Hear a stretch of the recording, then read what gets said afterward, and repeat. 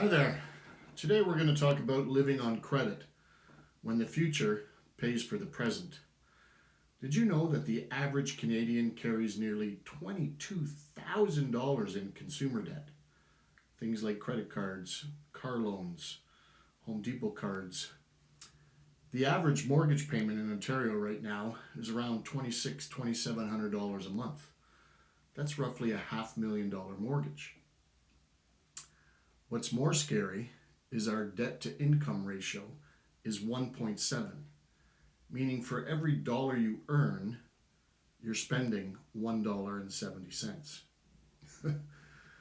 Numbers like these show how debt quietly dictates our choices.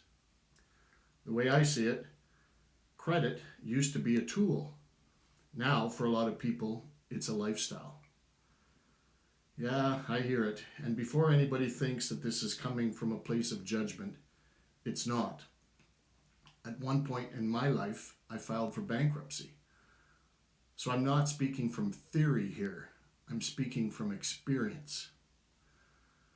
We go to the store, we swipe, we tap, we click with money that we don't actually have.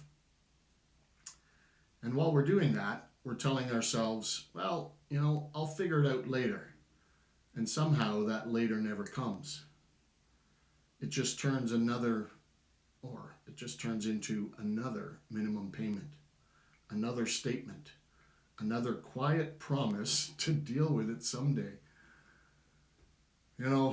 What's changed isn't access to credit, it's really our relationship with it. Debt doesn't scare us anymore. It doesn't feel urgent. It doesn't feel dangerous. It just sits there, humming in the background. It shapes our decisions. It limits our options and slowly steals from our future. So today, I'm not asking how much debt is too much. Today, I'm asking something much, much, much deeper. Here it comes. When did comfort today become more important than freedom tomorrow? So here's what we rarely admit. Debt is emotional long before it's mathematical. We like to pretend it's just numbers, balances, rates, payments. But if debt were purely logical, most people wouldn't be in it. People don't rack up debt because they can't do the math. They do it because debt, as silly as it sounds, solves feelings. It fixes stress, insecurity, comparison, the need to feel normal, the need to feel successful, the need to feel like we're not falling behind or that we're keeping up. So ask yourself this: why doesn't debt feel dangerous anymore? Because danger, well, it used to look like a missed payment or a declined card or, heaven forbid, a call from your banker. Now, danger looks more like discomfort. And, as crazy as it sounds, we've decided that discomfort is normal or acceptable. One of the biggest illusions that we've normalized is the minimum payment. Yeah, minimum payments don't exist to help you get out of debt. They exist to help you stay in it, however comfortably. You're not paying down the balance, you're merely renting it. And once debt becomes manageable, it really becomes permanent. It stops being something to solve and becomes just another monthly expense, another cost of doing business, like a phone bill or a subscription that you forgot you signed up for. You just keep paying for it. That's how people wake up tens years later, still paying for the vacations that they barely remember enjoying. We've normalized carrying balances, and that's crazy. It's the same way that we've normalized being exhausted all the time. as if that's, just a cost of our modern day life. And then, then there's that big word entitlement, a word that people don't like. But we need to be honest about this. And I don't mean entitlement in a spoiled sense, but entitlement in an identity sense. Somewhere along the way, we replaced, can I afford this with, I should be able to afford this. And that shift is dangerous. Because the word should, has nothing to do with your income. It has everything to do with expectations. We all expect a certain lifestyle because we see it everywhere. Social media, in the parking lot. We see it online. We see it at work. We see it in our peer group. Everyone looks like they're doing fine. It's a highlight reel. New cars, renovated homes, trips, dinners, jewelry, watches. But what we don't see is the debt quietly holding it all together. Some people don't spend based on reality. They spend based on identity. Who they think they are, who they think they should be now, who they think they deserved it.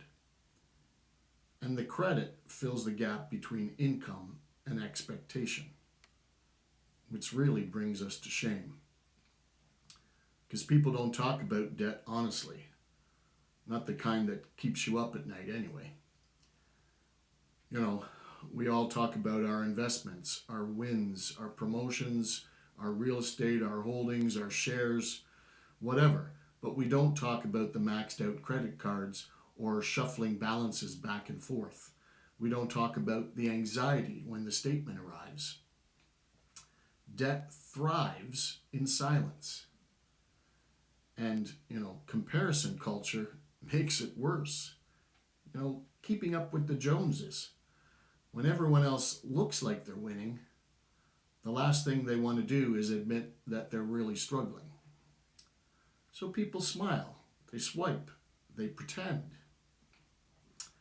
And the hole just gets deeper and deeper and deeper. The system profits most when debt never ends. And that's the plain and brutal truth.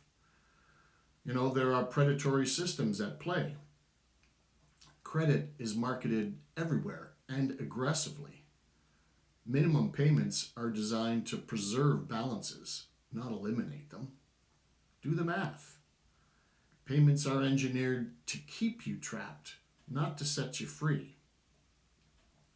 And then, limits raised without your consent.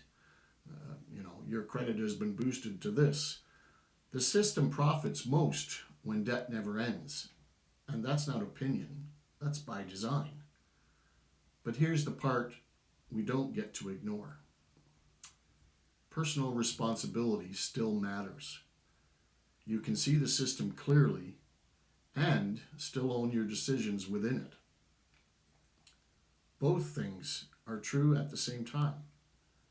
Blame explains the problem, but responsibility changes the outcome. Because the moment debt dictates your choices, it stops being money. It becomes controlling. So here's the question that I want to leave with you. If debt controls your options, if it dictates your stress, if it quietly decides how much freedom you really have, then the way I see it, debt isn't just about money. It's about who's in control of your future. And the most dangerous debts aren't the big ones. It's not the house. They're the little ones. They're the ones that we've stopped questioning. Anyway, I'm Michael Baumler. I hope that opens somebody's eyes. And if you have any comments, stick them in the comment line. Don't forget to give me a thumbs up and hit that subscribe button. I'm Michael Baumler. I'm out.